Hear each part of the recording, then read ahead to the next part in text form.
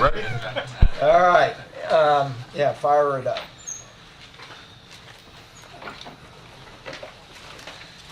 Good evening, everybody, and welcome. I'm calling the meeting to order at approximately 6:04, and it's a meeting of the Home Rule School District Charter Commission appointed by the Dallas Independent School District Board of Trustees. Today is Monday, April 6th, and we are starting at approximately 6:04 in the boardroom at the Dallas Independent School District Central Administration Building at 3700 Ross Avenue in Dallas. The subjects to be considered have been duly posted, and our first order of business is customary, will be a quorum call. I will start with Commissioner Freeman and work to my left. Isaac Freeman, present. Stephanie Elizalde. Present. Present. Olivia Reese, present. My mic wasn't on. DeMarcus Ranger, present. Lou Blackburn Jr. present. Ron Oliver, present. Bob Weiss, present. Jerome Garza present. Edwin Flores present. Kevin Malonzo, present. A quorum has been duly established, and our meeting can proceed. Our next order, item 2, is our Pledge of Allegiance. If you'll stand and join me, please. I pledge allegiance to the flag of the United States of America and to the republic for which it stands, one nation, under God, indivisible, with liberty and justice for all. Thank you, everybody. Before, in item number 3, with the minutes which were posted and sent to you, I would just call your attention to the bottom, and if you printed them on the second page, which was the approved schedule of future subcommittee meetings. If you've had a chance to look at these, I'd entertain a motion to approve. So moved. Motion made by Commissioner Flores, seconded by Commissioner Ranger. Is there any discussion? Hearing none, the motion, let's vote. All those in favor say aye. Aye. Any in opposition? Motion carries unanimously. Thank you. Before we get to the meeting, and I'll explain what we're going to do tonight, this was a beard. No time to shave, dress, or otherwise. Would you please identify yourself for the purpose of the meeting? Not at all. Jeff Vesey. Handsome beard. Let the record reflect. In front of you was just distributed this evening. Our communities, our schools had told us that they were going to expand on the material that was presented to us and make a formal community report. You'll notice it's in English and Spanish. I think everyone will want to read it, and if you have questions, there's contact information that you can reach out to the people who have prepared it, and we can obviously incorporate what we think is appropriate and agreed to in our recommendations. So that leads me to what the heart of the meeting is tonight. And as we discussed and agreed to at the last meeting, we would begin to call forth and have a discussion on potential recommendations. And I thought we would start tonight with the work of our education group. And all that's to say is that the chair, Ron Oliver, will lead this section of the meeting. And all those who participated will join in. And those of us who would like to add, amplify, put on the record for them to consider additional recommendations that you have been thinking about, that you were unable to share with them. That is the heart of the meeting. Once that part is done, we'll see what other business we have, and we will adjourn. So the core is to focus on what they were going to bring forward. This was passed out, and I'm going to turn the chair over to I'm sorry, Ron, to Commissioner Oliver. I got informal there for a moment. I apologize. Thank you, Mr. Weiss. I've handed out Mr. Harris's copy, basically the information that we've accumulated in terms of ideas, and also an attachment that Ms. Shirley Asam-Newsom has sent, and it covers a broad spectrum of ideas. Now, as we've met in the subcommission, we've kind of whittled some of those down to where, as we discussed earlier, I don't think we want to submit a lengthy, list of suggestions if we do. And so I'm kind of wanting to open this up to where someone who maybe hasn't had an opportunity to come to the subcommission meeting might have something they would like to add and also expand on anything that's listed. Now, I spoke to Mr. Weiss today, and whether it's good fortune or just the way, good luck, a lot of the things that we've discussed throughout the year are being implemented in the district now. They seem to be coming through. So that being said, some of these ideas may be moot. Some of them may be something that you say, well, we're already doing that. And that's true because there seems to be a lot of new programming that's coming out, especially early childhood, the personalized learning, the choice schools. A lot of those things are being implemented throughout the district and will be within the next couple of years because of the new passage of the additional funds, I think $140 million. So the list is getting shorter, and it doesn't reflect that here. But again, I would welcome anyone's input, anything that we may have missed, anything that you think is a priority that it hasn't been focused on. So I'm going to open it up to anyone who would love to maybe expand on some of the ideas that you think an educational program or part of an educational program that we've omitted or just neglected by not really having the time to decide what would work or maybe would work better.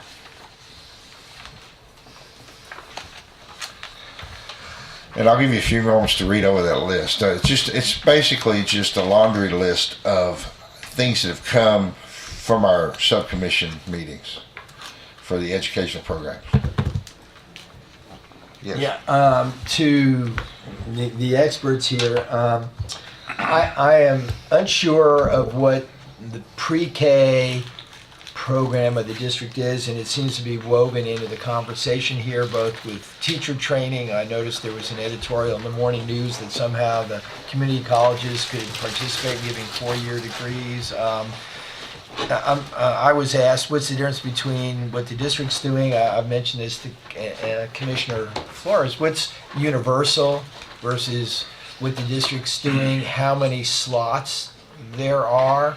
Again, the morning news referenced that they weren't totally full. So I think what you were getting at is good. And my own education background and career was in part in early childhood. But I can't say I can speak clearly about what it is that the district controls, what the state allows it to do in terms of early childhood, or I guess it's called pre-K. And I don't know how early pre-K goes. 4. So maybe some of you can kind of, for someone like me, for the record, kind of give me a more kind of a universal, and that's the bad word, a kind of a global view of what's embedded and what you handed out and how that would shape up in terms of what's going on, because I'm not sure. So and I think it's good. I endorse it. I'm just not clear in my own mind, just as a kind of a taxpayer into the district, exactly. It's like being patriotic to support it.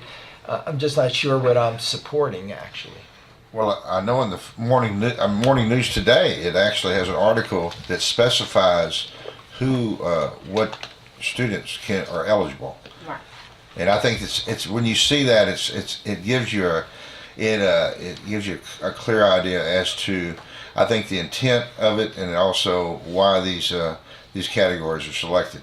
But as far as the educational, I guess you were talking about. Well, I mean, I think for the record, we ought to define what it is the district is, what we might be endorsing, and then the second part, which you're definitely hearing me say, I don't know what actually is taught. I will just say I have anxiety about how many words a child ought to know and how do we know that. So it's really 2 parts, and I appreciate your picking up on that. I think just to read into the record,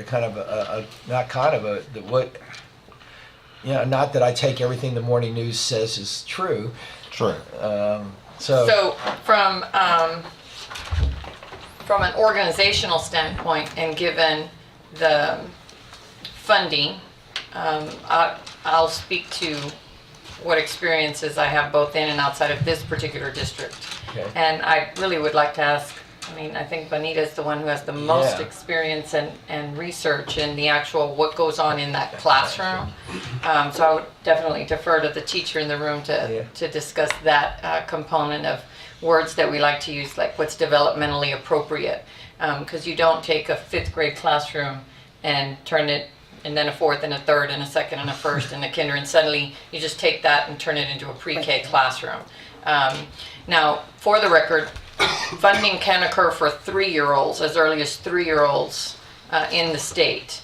But there are, and it depends on, I don't have them off the top of my head, but it requires that so many 4-year-olds get serviced before you begin to service 3-year-olds. And so, but if there were enough funding, you could theoretically, or I guess from theory to practice, if there was enough funding, you could offer pre-K to every 3 and 4-year-old that lived in our attendance zone, in the Dallas ISD attendance It's zone. not income based then. It is Pre-K currently. days. The way it is funded through the state and through our funding, it is, because you only receive, number one, you only receive half a day of funding. And most of the research, you can Half find day is research to useless. support, different obvious perspectives. But for the most part, places like San Antonio went to full day pre-K, and I reference that because I spent a significant amount of Okay. time working on that program, and we got to the point where, because of the demographics, we were able to fulfill such a large population of the 4-year-olds and had spots that we then started to bring in 3-year-olds, managed our own data, and witnessed tremendous success when you actually have. So as good as it is with 4-year-olds, 3-year-olds, it wasn't just a double kind of growth, you got that exponential growth. So currently, it has to be either income or language based is essentially the criteria. To try to expand some seats, what we do is we try to keep, because we don't fill, and even though we have enough students that would meet that criteria, we know there's still a lot of children that are staying at home No, we're missing. that could be coming to our schools. We're really not sure why. I'm not sure. Let me speak. I don't know why they're not coming. I don't know if it's we don't offer transportation for pre-K. And that's a whole other, buses and the safety and all those concerns when you're talking about much smaller children on buses. So I don't know if it's transportation, even though there is no attendance zone for if you live anywhere in Dallas ISD, but I work closer to where Ms. Reese School is, but my home is over here. If I'm in that attendance, I'm in the Dallas attendance zone, I can ask for my child to be at this enrolled here for pre-K, because that might mean that I can drop her off and pick her up, or him or her, Right. But that requires a database also where you're managing where are there open seats, so that's why we have some sectors of the city where we have waiting lists, and we have other parts of our city, our schools, that have seats that go unfilled. And then, so what would just move those teachers, Stephanie, from here to over there, It's not that which easy. sounds great, except that we don't have facilities, particularly in certain areas, more so than others. Even if we did move the units there, where do these children sit? Where do we place them? So from that organizational standpoint, and I think that's part of what Alan Cohen is now really working and designing and trying to, we used to take care of all of that simply at the campus level. His department they're now trying to coordinate from a 30,000 foot view, so we can start to see, is there a way? And we have to also challenge ourselves while we're working through the facilities issue, which becomes unpopular sometimes when you look at what space is available on a campus well, we use this room for the teachers to do data meetings or to have their PLCs. Well, can that be turned into a pre-K classroom? And so it's unpopular at a campus level, but sometimes those are some of the decisions which is why it really goes back to even as a community, SBDM, your PTA, your instructional leadership team, how is that the vision of the school communicated? Because in those areas, those individuals are the first ones that'll come up and say, we'll give it up because we'd rather we'll find out another place to do that. And we have lots of our schools that have given up lots. So that's that organizational point. From what's actually taught, I would turn that over to Ms. Reese. Everything is taught. We don't miss a mark. On here, it talks about oral language development. Yeah. That's like prime time to build vocabulary and language if we don't catch them then. I always share, when I first came to my campus, I shared with my principal that I once tutored a group of 5th graders that failed at the time it was tax. And I wanted to know what was going on, why'd you fail tax? And they said the words, we didn't know the words. They heard the words before, but they never saw them in print. And then there were words that they had heard, they didn't know the meaning of them. I think there was something that asked them, even just this year, a music teacher was talking with them about a student survey, and she asked one of the kids, one of the questions said something about their perception, and one of them immediately began thinking precipitation. So, it's just a matter of introducing them to vocabulary, providing opportunities for them to build social skills. They need that foundation. And the district you're right, they are on the right track. There is this push to build pre-kindergarten. Hippie has gotten stronger, which is a program targeted for those children that are not quite school age. Maybe you turn 4 after September 1st, or some of them are 3. So then there's an outreach where they have representatives that can go and do instructional lessons at your home with you a couple of times a week. Some hippie programs come into the school so then they can have group sessions. But we teach math, we have science. I'm at this debate with is it the Fine Arts Department that helps with Arts Partners funding? Yes. They didn't give pre-kindergarten funding through Arts Partners because they said we don't have TEKS. And I was like, You don't have what? we don't have TEKS, TEKS. The standards. Standards. Oh, yeah, I'm sorry. The standards. Yeah. Well, we have guidelines, and there's this huge document. And these are for 3-year-olds or 4-year-olds? Yes. And they wouldn't help because there wasn't a state that understands you? Well, what Arts Partners does is typically they try to help fund additional learning experiences, field trips. And there was just not funding available for the little people based on what they... And I got my notebook out and I was like, okay, here's a section on music, what they should be learning in terms of music. There's a section for art. Our largest portion is the reading language arts portion, which targets oral language development, vocabulary, phonics, phonological awareness. There's a whole shebang. And as a teacher that has taught 3rd grade, 2nd grade, 1st grade, all the way back down, when you get to 3rd grade, you can essentially turn around and look at if a child is, it's not working. If a child has missed out on phonics or if their language is deficient. In the past, what I've seen as a teacher is there were those kids that were missing the mark. They didn't come to pre-kindergarten. And they got a little bit of kindergarten, and then they got to 1st grade. And at the time, I think it was TPRI maybe, that it was assessing them in their reading comprehension and their fluency. And they were missing the mark on fluency, and they were getting left behind when they got to the next year.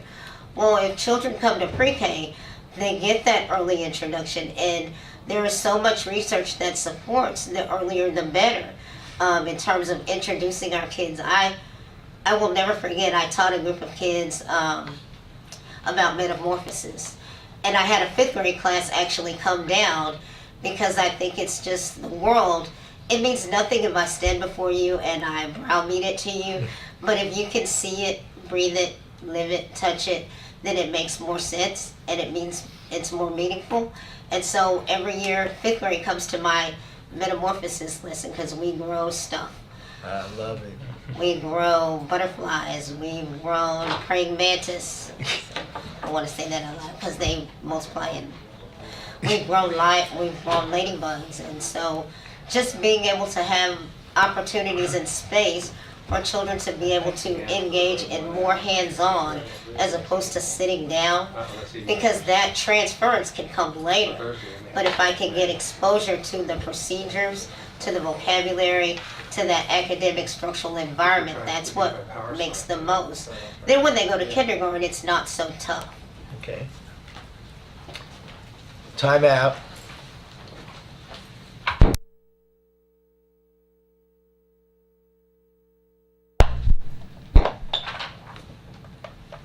Is that like the shot clock? Resetting the shot clock? Since we're not on in here. Should be on now. badger? Way to go. Her mic is still ringing. I just thought I had to express myself. You should. Mine's on. Are we on? Yes. Okay. But neither not. But I think we can still pick you up though. Yeah, we still. Yeah, we've got mics to pick you up regardless of this. Oh, okay. So you Okay. continue. But I think that's about it. We do have professional development. There's more professional development targeted for us.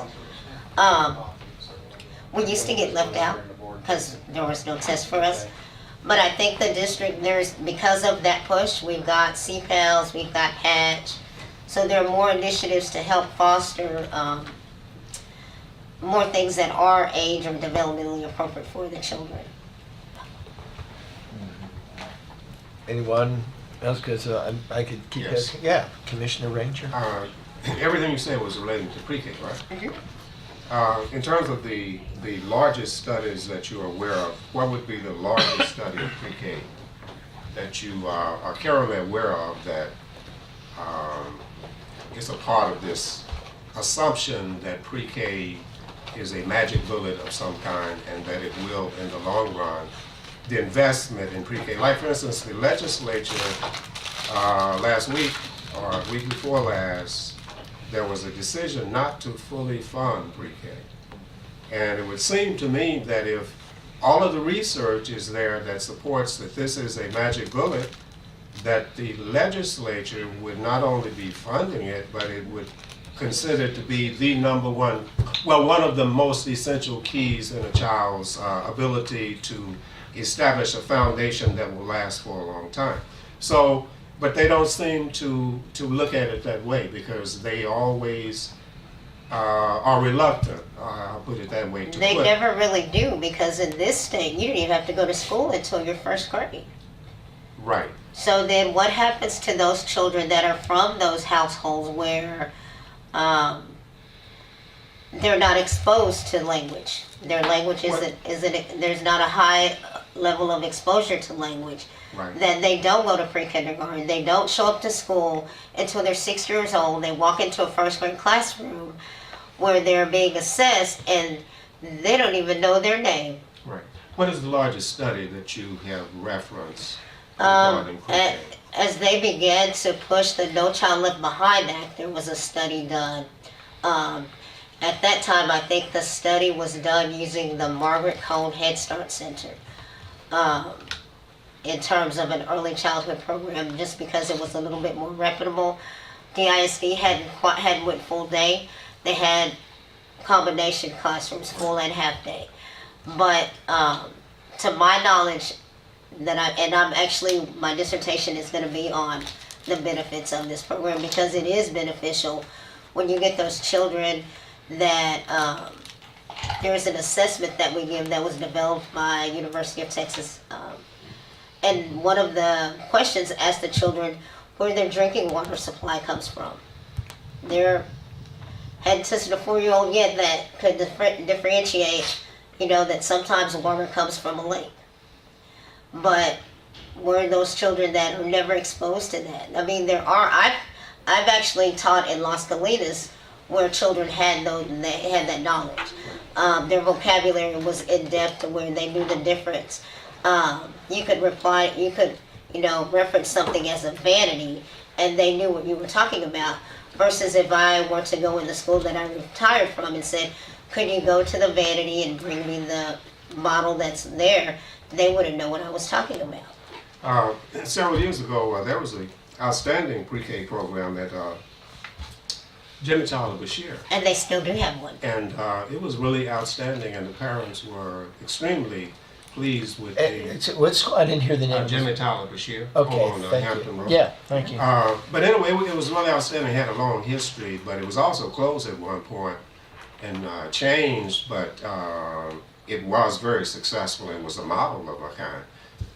The largest study that I'm aware of was done by the federal government, and it just was the results, I think, were released last year. It was a massive study of pre-K, and the federal government, I don't know how long the study went on, but I think it's the largest. That's why I was trying to, I was wondering if there's something larger, you know, like the Credo study is considered to be one of the largest studies when it comes to the overall focus of that study. But in terms of pre-K, I got the impression that this federal study was the largest, and that it was it was a mixed result, as I recall, in terms of what they found in the federal observation of the pre-K programs. But here it seems to me that if pre-K really is, the research supports that it really is the basic foundation of all of the future education of a child, then our state needs to fund it at full funding without constantly re-examining the reason to do it every time we have a legislative session. So I was disappointed, you know, if they really feel that we need pre-K, then it should be fully funded. So I think the research that would establish that would help that as well. Yep. Good point. I'm looking at the Montessori parents here. Is there a special pre-K Montessori, or is Montessori those schools just pick up in terms of what, you know, the list that the subcommittee came up with?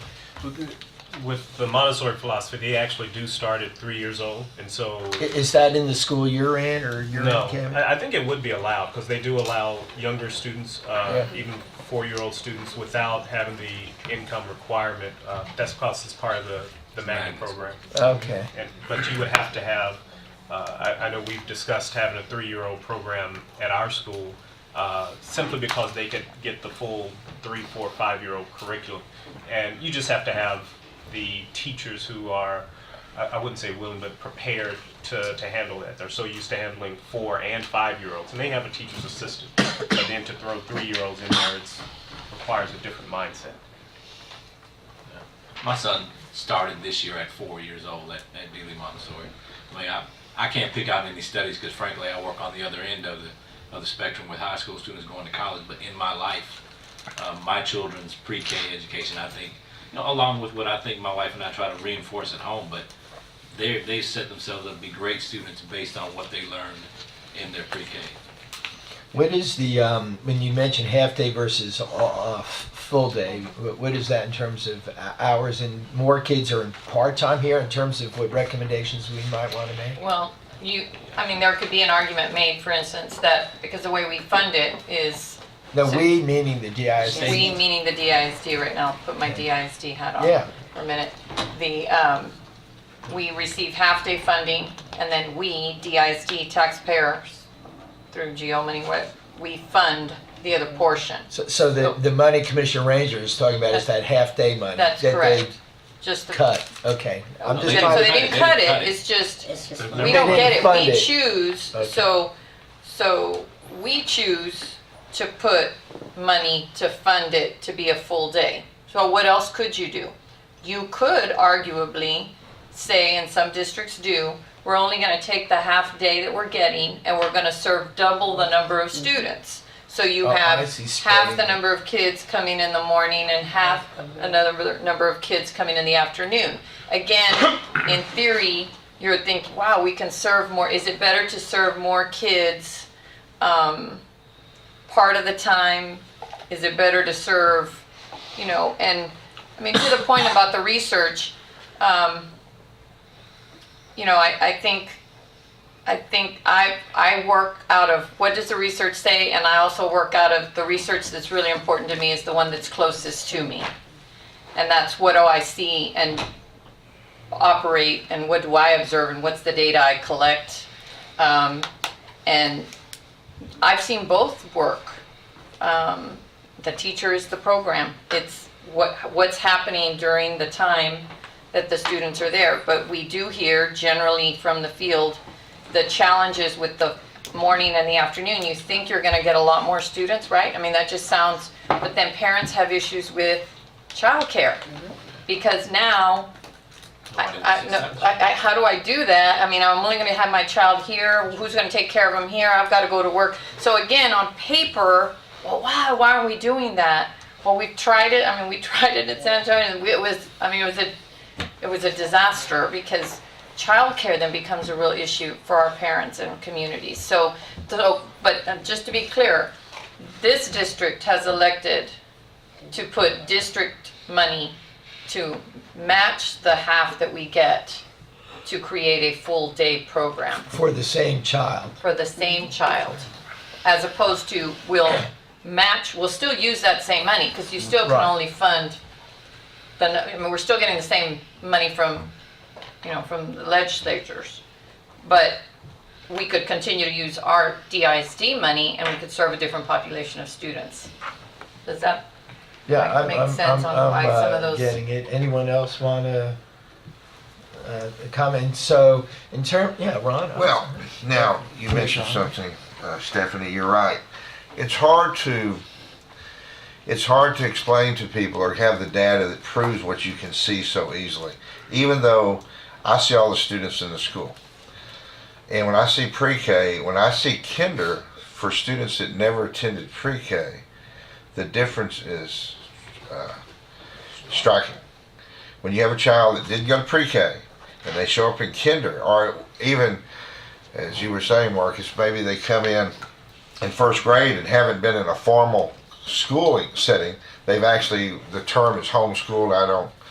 I know what that means, a lot of different things to a lot of different people. But when you see the difference in where they're at developmentally, and I'm talking across the entire board, socially, academically, verbally, it's they've got two strikes against them immediately. They're going to have a hard time catching up, and so it's almost like the test is seeing what you see, and it's a big difference. Children that do not get to attend pre-K and kinder, even in some cases, are they're going to struggle all the way up to 5th grade, as far as I see it, taking STARS test, anything they do. Now, when I went to school in the district, we went to 1st grade, but the difference is the setting at home is different. The parents are different. The way we operate is different socially, and I used to not be a big advocate of pre-K and kinder. I thought it was money that was not well spent when I came to the district, because I never saw the results until I became an art teacher. And then when I became an art teacher, I actually saw a grade level go through. And I immediately realized that there is a huge barrier that those children will never be able to overcome. They will probably not be able to pass 3rd, 4th, and 5th grade STARS. That's how simple it is. Yes? So, well, that begs the question then. I mean, does it make sense to have something that a lot of the private schools are doing now, which is called primer? They're kind of, in essence, deciding that this kid's not ready for 1st grade based on a number of metrics, and then they say, you know what, maybe this kid should be able to catch up and get that special time and get that extra linguistic help and other. I mean, it becomes an even worse capacity problem, right? We already have a bad enough capacity problem. Right. You start thinking about adding maybe this extra step. That's just, I mean, it created the thought because other people are doing this. So And I know the district is, when I was on the board, we funded the full day pre-K, so we've Right. been doing it for at least Right. 3 years. Just one quick question Yeah. or point. Yeah. Isn't it a matter of that, not that the kids can't catch up, but that the school districts, the academic system is not nimble enough to adapt to those individual challenges, where they have a group of kids that need something different, like a primer? So from, this is my 28th year in the business, 24 I've been an administrator level. So from the viewpoint of systematically, I think number one, the research, I don't remember the exact research. I think I read part of that Commissioner Ranger.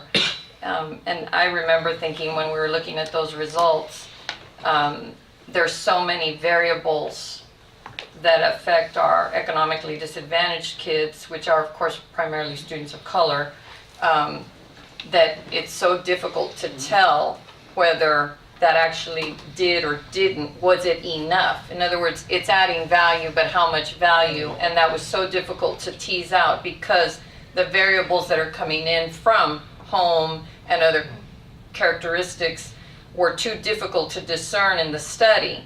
And so certainly my vantage point is limited from the experiences that I've had. We are doing, I think what would help to answer that question though, because I think we have to go back to that, what research are we using? And we had not been doing a couple of things that now systematically we are, which is let's track which kids came directly into, let's not even compare ourselves to anybody close to us. Let's take our data, even if what you have to do is a backloaded research study, right, where we start with students that are in 5th grade, that take a group, how many of them did go to pre-K, which pre-K were they at, what grade did they start it for, did they stay at the same location? We've got generally 36% mobility in pre-K because it's even higher than in other grade levels. So factoring all of those things in, not discounting them, but trying to create at least a couple of big buckets and then seeing, are we getting value added and how much, and then allowing, a recommendation to then maybe reevaluate. I mean, I don't think any of us, as much as our belief systems are from limited experience, if someone showed me a study that would make this more successful, then I can change my viewpoint, right? Let the data do the talking. But we don't have, I think, some real numbers that would help us feel real confident in really answering those questions. And we are systematically starting to do that. And I think we've got some data. But I also think sometimes when you think, well, I didn't think pre-K was making a difference, but based on what your experiences are, I also think, though, systematically where we're not supporting, in other words, we have the pre-K, but just because you have it doesn't make it so, right? So we had it, but were we providing professional development? Were we providing training? Were we providing the teacher assistant? Did we provide the materials? Were we providing environments that were conducive? Were we having time for pre-K teachers to plan with kinder teachers? Did we have principals that are supporting the initiative? Or do we have principals that also didn't believe or buy into a program and systematically not an accountability system then that allows us to go back and find out, actually it wasn't, the issue was really support at the school. And our state, I mean, as much as I dislike having to say this, our state has really put our schools in a situation where that accountability is so heavy at that 3rd and 4th and 5th grade that we generally, especially if you're turning around a school, having had that experience myself, your first inclination is to go find where are my best teachers and where do I put them? But they're going to be tested. Where they're going to be tested. Well, sometimes that meant you took a fantastic pre-K teacher who did not want to teach 4th grade and put them in 4th grade, and they might have even still done a great job, but then they might have even left us because that's not what they wanted to do. Or sometimes we erroneously think that this teacher can do this, and we place them in a situation that they're not successful, and then hold them accountable for something that we asked them to do and to serve our kids. So much of it is sometimes, that whole, are you on the right seat? We have people on the bus, and I think all of them are on the right bus. We're not always putting people in the right seat on the bus. And so systematically, though, I think to everybody's point, if we really identify a cadre of, let's look at kids from this area, this area, this area, so we have some really diverse demographics, and manage that data, and then ensure, which is supposed to be part of our entire design as a district. I'm wearing my district hat right now. My position and executive director's position should be working closely with the principal and knowing what the real landscape at campuses are. Are our pre-K, because I will tell you I was unsuccessful that year as a principal. and I had to change my mindset. And you're scared as a principal when you're being held accountable. And the superintendent is telling me, you have 1 year left. You were here 6 months. It didn't work. You've got 1 more year. And I brought the teachers. The teachers had to help me solve the problem. I wasn't something I was going to be able to do. I guess my point is, I think we're now systematically in a position where that's the support and the design of pre-K. Is it perfect? It's not perfect. I think we need to create using that feedback loop, though, of what do they think and feel. What do the parents, the community, the grandparents, whoever's helping raise our children, what do they think and feel, and how do we continue to have real data so that when we get asked a question like Commissioner Ranger, that we would be able to say, this is some of the data we're using to make those decisions. Because right now I do think, I mean, it's, as uncomfortable it is, it's hard to answer that question. Anyone else? I just go down to our list. So it's just kind of to the group, and I'm looking at Commissioner Reese. This issue of what's taught. Now, again, I think I made it clear my early career was in early childhood education. I'm an ABD and teacher. The feds cut the money, so I never finished my doctorate in teacher training. And it's interesting to me to see this push about what teachers need to be able to do, and in pre-K, I'm going to assume is 4-year-olds, right? And so, what is a teacher? What is your expectation if that is what you're coming out of school as? I mean, do we hire teachers who are specialists? In my generation, it was early childhood education. I don't know what it's called exactly now. I've never heard a certificate in pre-K. It's still considered early childhood. Right? When I got my position, I actually I had to teach a lesson. I had to demonstrate that I could take 24 little bodies and corral, because essentially there are 24 children in my class. 24 4-year-olds? Yes. Jeez. We'll get to that in a moment. Keep going. But to bring them together and provide them something that's academically appropriate, that keeps them engaged and keeps them from screaming their heads off. You are saintly. Let the record reflect this commission. Without the teacher pulling their hair out at the same time. Right, Mom? Right. You were what? Without the teacher pulling her hair out at the same time. Wow. Okay. So who does the district hire now? Boy, I'm reading your list and I'm thinking, what do we want to recommend? It's one thing to say professional development. How do we recruit people who want to work with 24 4-year-olds? I think it's important to look at their background. For sure. Just because, and I could say this, when you go and you take the certification test, it doesn't even prepare you halfway for the classroom. In terms of a pre-kindergarten classroom. A lot of scenarios on that test are geared for 2nd, 3rd, 4th grade. But providing a little bit of pre-exposure to that environment, especially for me coming out of retirement, I had to ask myself a couple of questions coming out of retirement. Do you really want to go back into this? And my principal was like, come on, just come in and teach a lesson, teach whatever you want, and there's like the 24 eyes on you, and then her panel, and everybody is kind of giving their feedback and opinion. But it takes a very gifted person to do it. Just because there can be up to 24 children in a classroom, you may or may not have an assistant. And the 24 children means there's 24 different little personalities running around. This goes on today? Every day. 7:30, sometimes until 3:30. I do wonder, and I don't know if we'll have a clear understanding of that, but if bringing students in for pre-K, whether it's 4-year-old, 3-year-old, or even kindergarten, if putting them in that environment where they are one of 24, one of 21, 20, whatever case may be, if that is beneficial early on, they're used to that as opposed to, I'm one of 5. Not that there's a problem with that either, but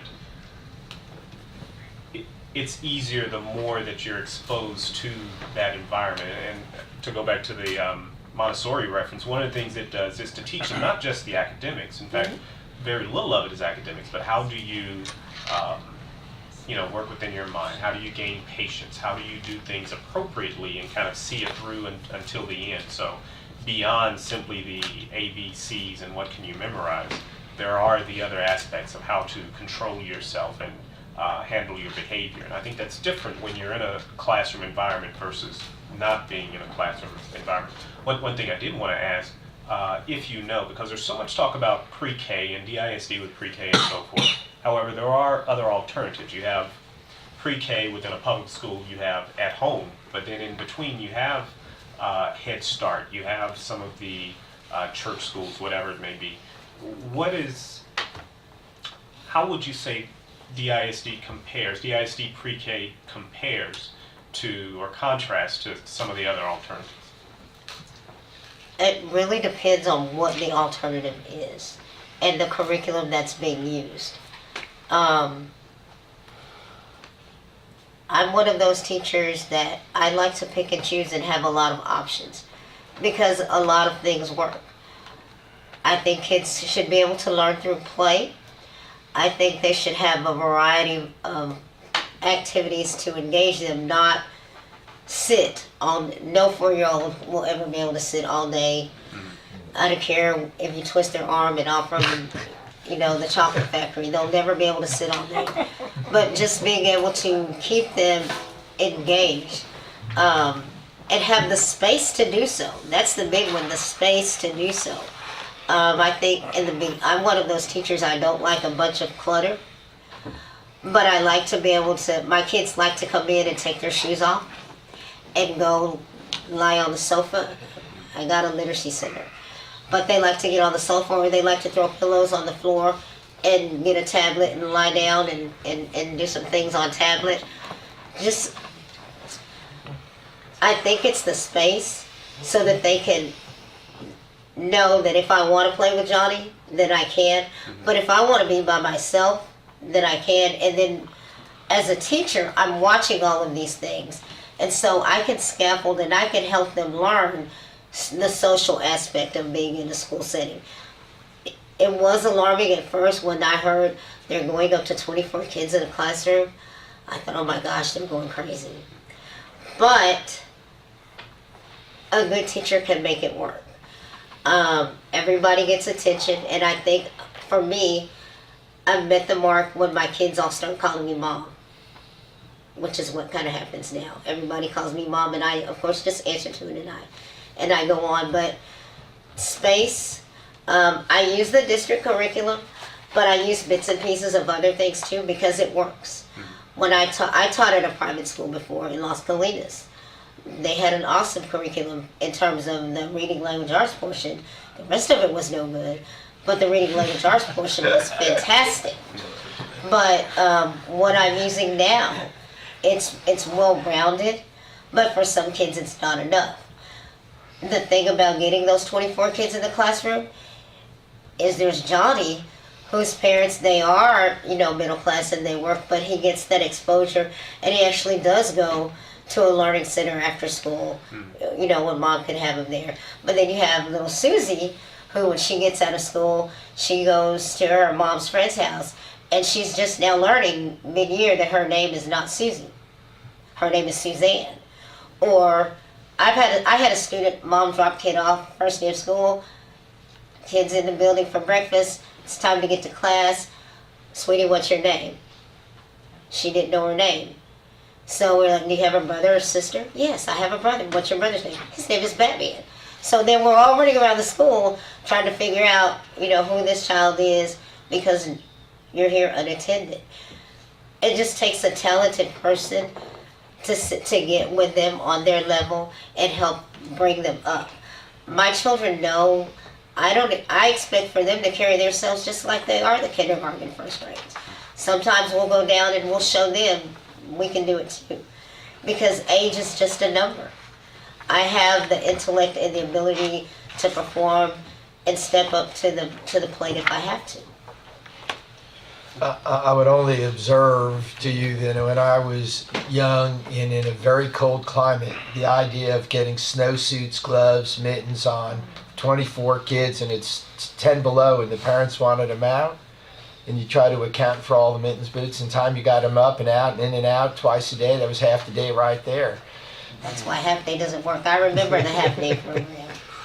I just want to move on to your other recommendations, but did have a question on language and this accountability system and how many words they should have.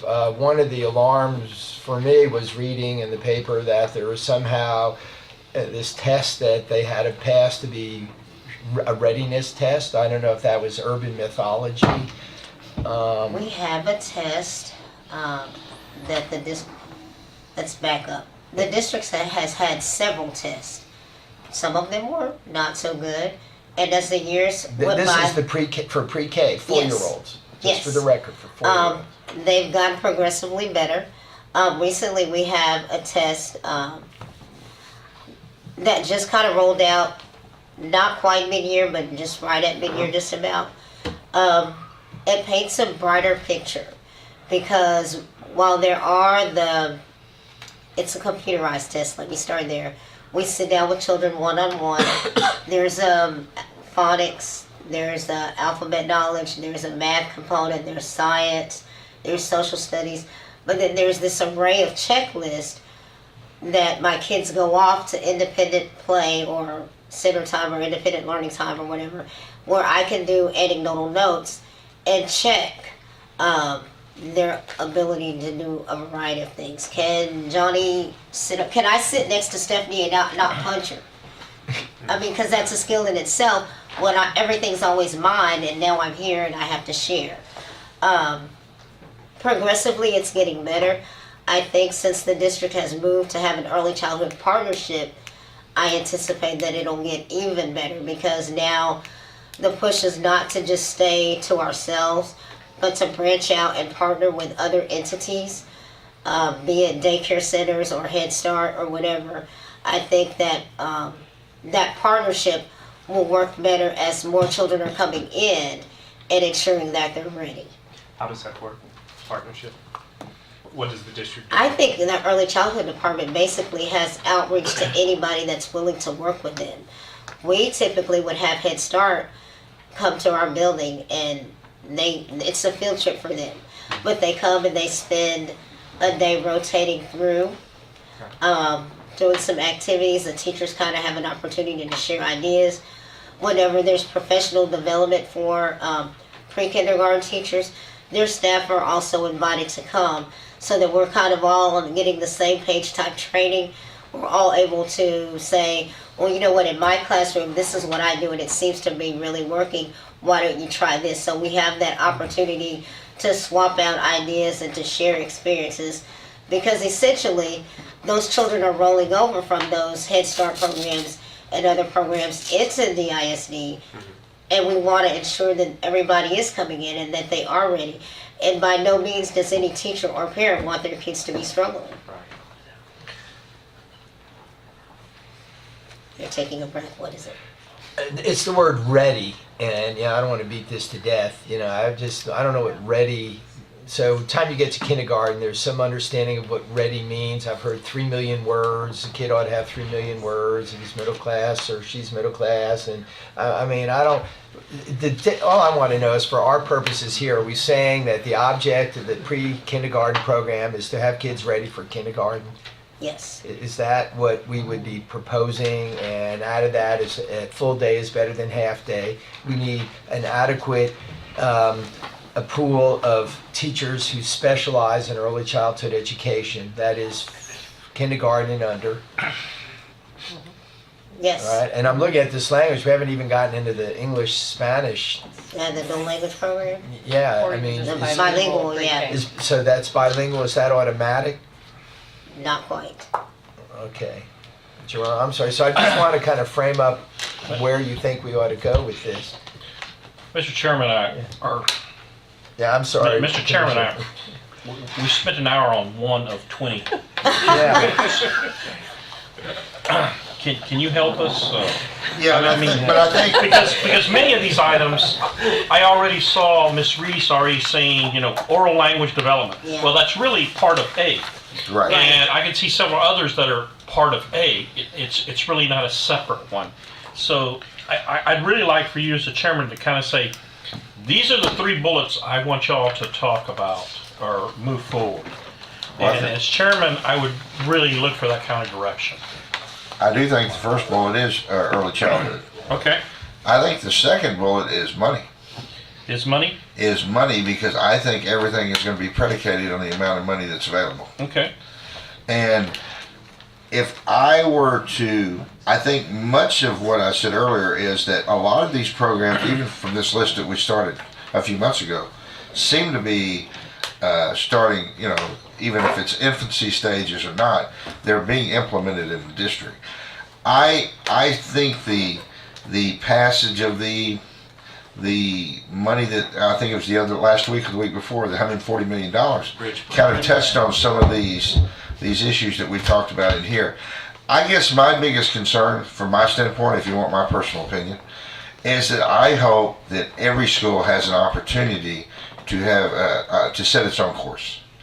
And if that's community directed, how that works or how that's possible, my recommendation would be that no school should be left out of the loop when it comes to having the opportunity to have programming which connects to their community and the needs of the students in that school. Okay. That to me is very important. Let me clarify. When you talked about the legislature last week, talking about the school board. Oh, the school board passed $140 million. The bridge plan. The For the bridge bridge plan, yes. Okay. That's what I was talking about. That's really good. our facilities. That helps. That's helping the facilities. Yeah, Right, but also the direction of certain schools, like Halsey, reopening. Artie. Yeah, several of the schools also not having personalized learning. I think preparatory school with Marsh, things like that. I think all those things are part of it, but ultimately, again, it's a very finite group, and I would like to see it opened up to more schools. So if I can just so what I'm hearing is that every school should be given the opportunity to push through kind of at a local level, make a decision. Hey, we would really like to do more of X. We would really like to push in this direction. We want a leadership academy. We want just be able to at the local level have a little more control over their destiny. Yes, as contrary as it seems to what we were initially designed to do here, that is true. Because I don't think any child should be, zip code shouldn't matter. It shouldn't matter if you're in West Dallas or South Oak Cliff or in the Woodrow Wilson area. Every child should be afforded the same opportunity to be successful. I mean, that's the kind of I know it's not wishful thinking, it should be a reality. On the money, excuse me. Yeah. On the money, you had mentioned to be allocated for this. Is this general fund money or is this fund balance money that will be increased? Where is this money? It's not that important if you don't know. I don't know. I don't think the money, I don't think the money, it's not there's not a particular amount of money that we're looking at here. I think this would be a district directed, school board directed idea as to how they would allocate funds and what freedoms I guess they would allow individual campuses. And of course that stems back to the school board. Okay, on the issue of privatization of neighborhood schools, I'm a believer in the neighborhood school. That's how I came up. I believe this democratic republic that we have is not going to last if we destroy public education. The democratic republic that I believe in requires that the school not just be an educational tool, but that it also teaches a citizen about this experiment that we call America, and prepares those citizens to protect it and preserve it and uphold it and keep it going for future generations. Now, when I hear terms like whatever, I'm sensitive to the breakup of the ability of public education to remain public. And when we start suggesting things that disassemble the public part of public education in certain ways, then it seems to me we're moving in the direction of a privatized education system. And I'm totally opposed to that. But in addition to that, don't we also understand that the non-intended consequences of very well-intended public policies must always be considered, because the long-term implications of things move in incremental micro movements that lead to very unintended consequences, like a physician says, do no harm. And one of the reasons that I'm hesitant for us to branch off into these things is because we're not elected officials. And I sort of believe that the school board was intended to do certain things, make really monumental decisions about education, because they are accountable to the public. So I just want to suggest that my concern continues and always will be that we not allow public education to be drawn into an area where I think it is intended for it to go by many moneyed interests in America that are really attempting intentionally to drive public education into a completely new animal, where there will not be any longer the public as we have known it in public education. So even when it comes to the reason I was asking about the money, it's not so much that the money is the most important thing, but it is important that public education have the accountability to that comes through elected officials and that comes through keeping the system as a public system. And so I just have a concern about that, because some of these things, if you study the literature, they point in that direction and have been for some time. I would just like to say, if you're going to recommend a number of things, and my real thought is that because we had coming to this commission a lot of disparate good suggestions, that probably everybody's suggestion should be considered by the board, not by this commission, but by the board, which has that responsibility. And for us not to assume the role of being the deciders for the public education system, we were supposed to be deciders for the issue of home rule charter. So I just have a little bit of concern, because if we're going to include everybody's stuff, and this may be all of the ideas that the Education Subcommittee considered, but I would rather, once again, share all of the information that we have and let the board sort that out, as opposed to if we're making cuts here. Didn't mean to cut you off. Let me just, I think, your point has been well taken. I think the process was to ask these groups to bring forward all their ideas. We would find a way to get them distilled in a way that we would then vote on as a body to advance a final report. And I want to thank Commissioner Garza for kind of pushing that forward. And let me just resume the chair here for a minute, because I think when I look at this list and I look at yours list, there's a certain synthesis. I look at our middle school teacher, and I don't want to think you got left out here, but I think there is, and I do apologize, I took a lot of the questions, that there is a general synthesis for, if I could summarize it, full day, available within the DISD boundaries.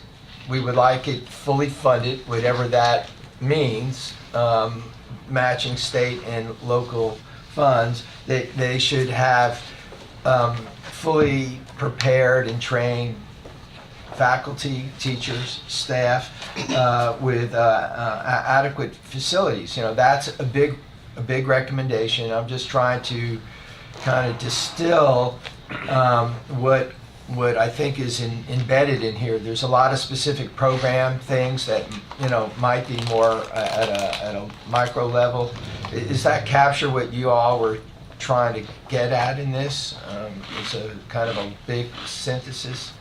I would definitely defer to the rest of the group because my responses here this evening, just for clarification and for the record, were I was speaking from my role, my day job. Yeah, it was a very to good- respond to some questions. Yeah. Because on this one, just again for the record, I do not support that we were coming forward with recommendations. On this, I agree with Commissioner Yeah. Ranger. So while I'm responding, I don't want to be. So I'm not- noted. so, okay. You fully understood you were Got it. offering technical support and Yes, you sir. made your role clear. I'm looking to the rest of the group. I'm just think this is kind of illustrating, the points that these two have been making. Are we going to be able to distill each of these subgroups down into something that we can all get behind by May 28th? I don't know. That remains to be seen. Especially given a lot of this stuff is not even related to home rule discussion. Well, let me back up. We agreed as a group to try to go through this process. We didn't agree what the outcome would be. It's not mutually exclusive to have every comment part of a record that goes forward, and also say that there's some overarching way we can summarize it. In my mind, that's not mutually exclusive. To have a document, everything that's produced is going into a file that has to be kept for 6 years. It's all been posted online. The question is, do we want to distill this into something more focused or not? And if we can't, we have to stop struggling with it and call it a day. I said we voted to do two things: end it May 29th, us. May 29th, the Home Rule Commission process with a terminating document. If we can't get to it because the clock runs out, then what we have is whatever's in the record packaged and say, here you go. We didn't come to some summary. I don't think I've ever heard it stated like that. Yeah, well, that I think is where we drove this to. But if we can't get there in the time, because I think from the last meeting, people didn't want to take an extra day. We were going to try to use these meetings. And if we can't get there, we don't. I mean, I'm not going to consider it a failure. Nothing is thrown out. Nothing is, submerged. It's just, is there some, shorter way to, synthesize what we would say is something this group feels strongly about. And if everything is there and there's objections, and we just say, hey, here it is. We're not taking a vote on it. It's just an explanation. It's with their word. Right. It's nothing but it says it at the bottom.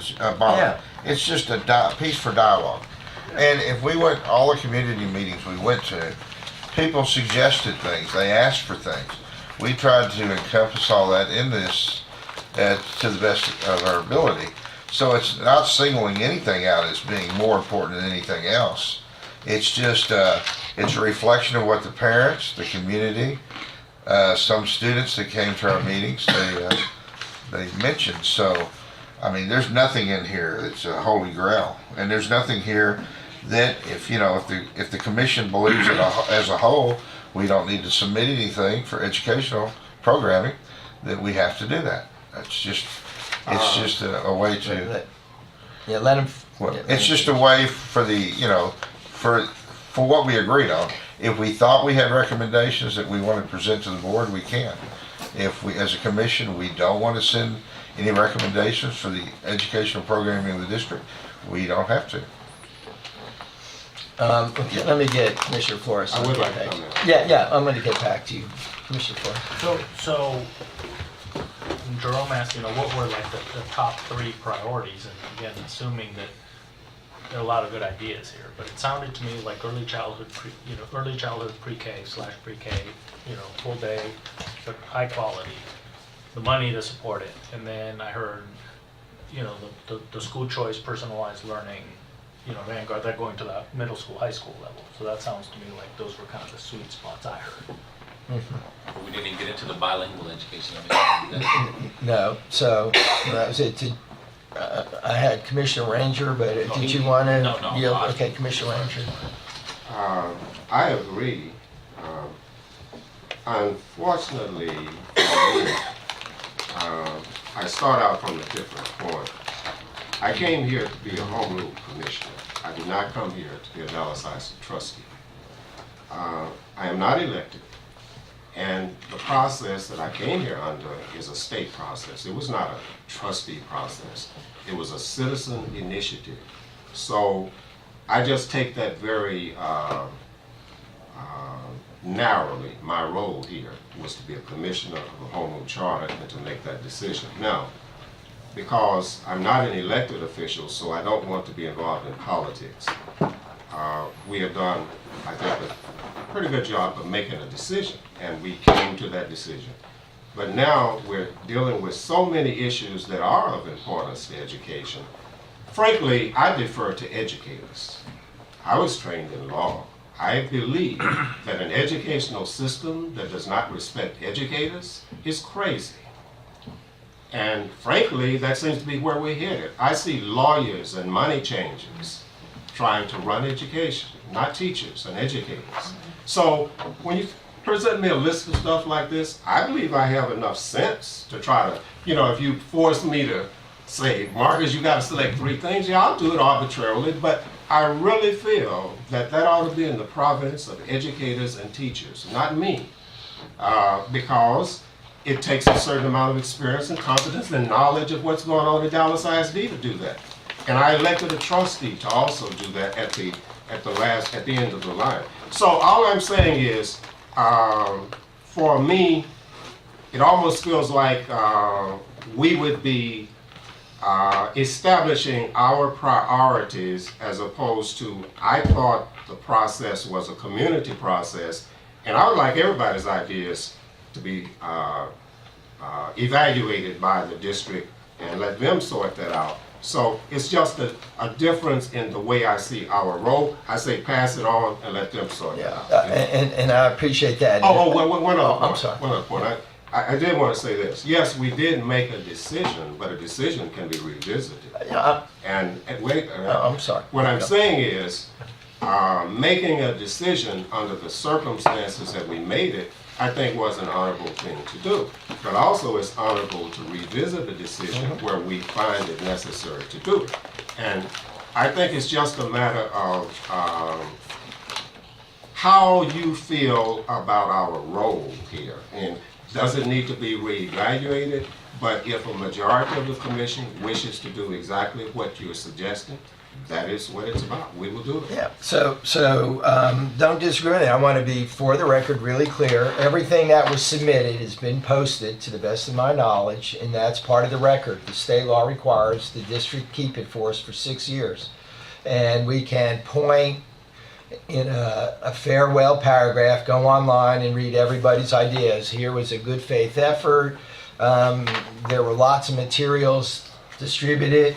What we had chosen, and I don't disagree, we can reconsider it. This is the first exercise at trying to see if we can spend time amongst ourselves with those issues that matter. You mentioned bilingual. We had ideas throughout the year about, middle school.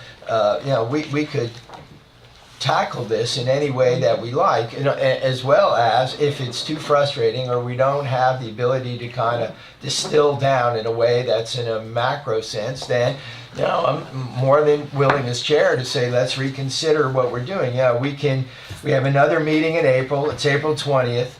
I was hoping we could have a similar kind of discussion over governance. I'm watching, and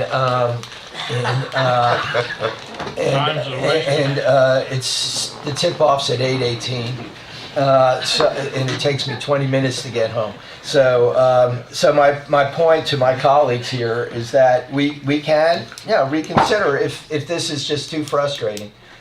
And we know the governance people have generated a lot of ideas.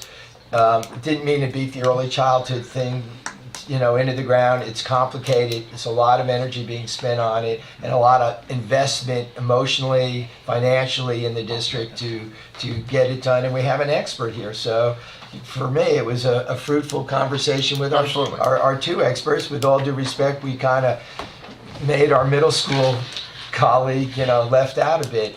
So, it is a long list. It's all going to go in, and all I was trying to do was synthesize the early childhood thing. It's about 719 now. We can keep going on this list. I'm looking at middle school. There was the whole language issue. Commissioner, did you want to pick No, up on that? I don't want to speak to it, and Okay. I want to clarify. I'm not frustrated with the process at all. I just think from talking in the governance subcommittee and then having this discussion today, and we could take another year to go through and discuss this stuff and even come up with those high level recommendations. That's been my concern. It's been on the record for a few meetings. I'm more and more concerned that it's going to be difficult to condense this stuff into something that all the body whole can agree upon, and it may be a good idea to that's just my opinion. I don't have any ideas about how to move forward. Well, Chap, who is up next? Commissioner Freeman? I will say, I think my position on our direction has moved pretty dramatically in the last few months, but I like the idea of, producing a list of recommendations, but the more I listen to the discussion and the closer we get to our, termination, it seems to me like it's becoming less and less likely that we would be able to settle on something. I mean, I think that, again, if we had more time, or if we had decided that we were going to go this route earlier, then it would have been a lot more likely that we could produce something that was viable. But I think, what do you cut? Like, if I'm going to look at this list, what do I cross off?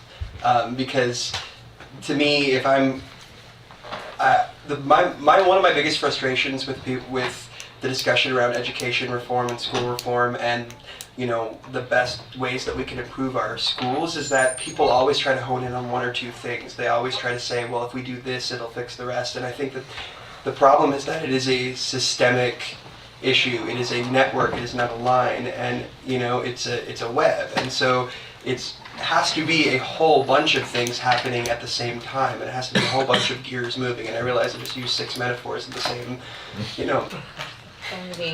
a good sense.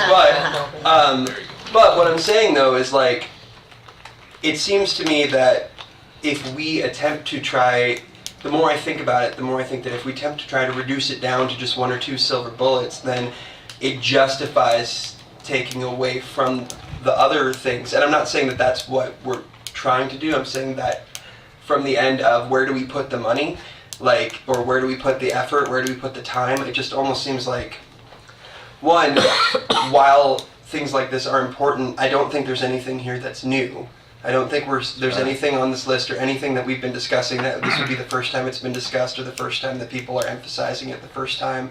There's nothing, there's a lot that's incredibly important, but there's nothing groundbreaking in terms of what we might, at least from this list, recommend. What we could emphasize, and maybe the language we could attach to it and the way that we could present it might be compelling, but I don't know that it would be something that would be worth the amount of work we would have to do within the next few weeks to make it something worth the board's time to listen to, especially considering, as Commissioner Ranger said, that they've already appointed another group that could take this and actually develop it into something more specific. So, I mean, I think I'm kind of swinging more toward that point of view, because I would rather turn it over to a group that has the authority to take these things and turn them into real actions, as opposed to rushing something over. We have 2 or 3 meetings left before May 28th.